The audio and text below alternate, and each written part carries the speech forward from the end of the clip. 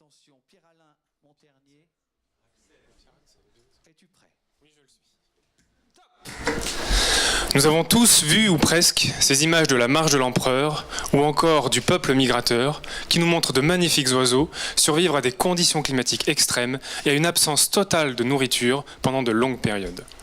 Et là, en regardant ce documentaire, assis au chaud dans notre salon, avec une barre chocolatée à la main, nous nous sommes tous posé la même question, mais comment font-ils?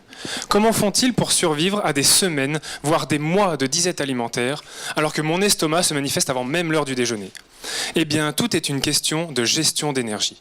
Les cellules animales possèdent des organites spécifiques appelées mitochondries. Elles fonctionnent comme de véritables moteurs.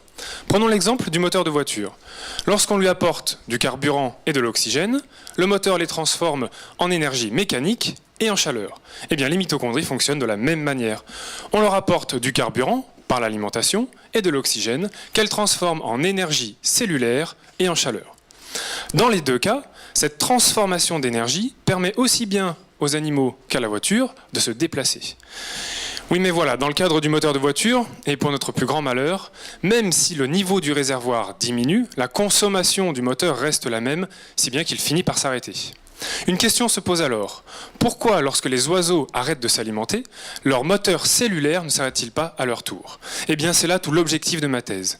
Étudier le fonctionnement et plus précisément le rendement énergétique de ces moteurs cellulaires que sont les mitochondries au cours des périodes de jeûne alimentaire. Alors pour faire cela, j'ai dû abandonner la chaleur de mon salon et je me suis intéressé à une espèce tout à fait particulière, le manchot royal.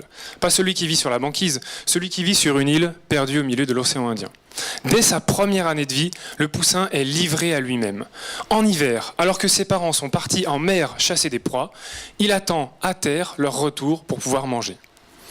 Lors de mon étude de terrain, j'ai montré que contrairement à nos moteurs de voiture, les mitochondries de poussins sont capables de diminuer leur consommation de carburant tout en produisant autant d'énergie. On parle alors de plasticité du rendement mitochondrial. Imaginez un peu, alors que le niveau du réservoir baisse, le coût de production d'énergie va diminuer, permettant ainsi de maintenir l'organisme actif beaucoup plus longtemps. Oui, mais voilà, il y a quelques semaines encore, la communauté scientifique alertait sur les dangers du réchauffement climatique. On sait aujourd'hui que au cours des années chaudes, lorsque l'océan austral se réchauffe, cela provoque un éloignement des proies des parents de poussins. Conséquence directe, les poussins doivent attendre plus longtemps le retour de leurs parents et donc de leur nourriture. Pas de problème, me direz-vous, puisque leurs mitochondries sont capables de s'y adapter. Pour l'instant, oui, mais jusqu'à quel point? Merci. Merci Pierre.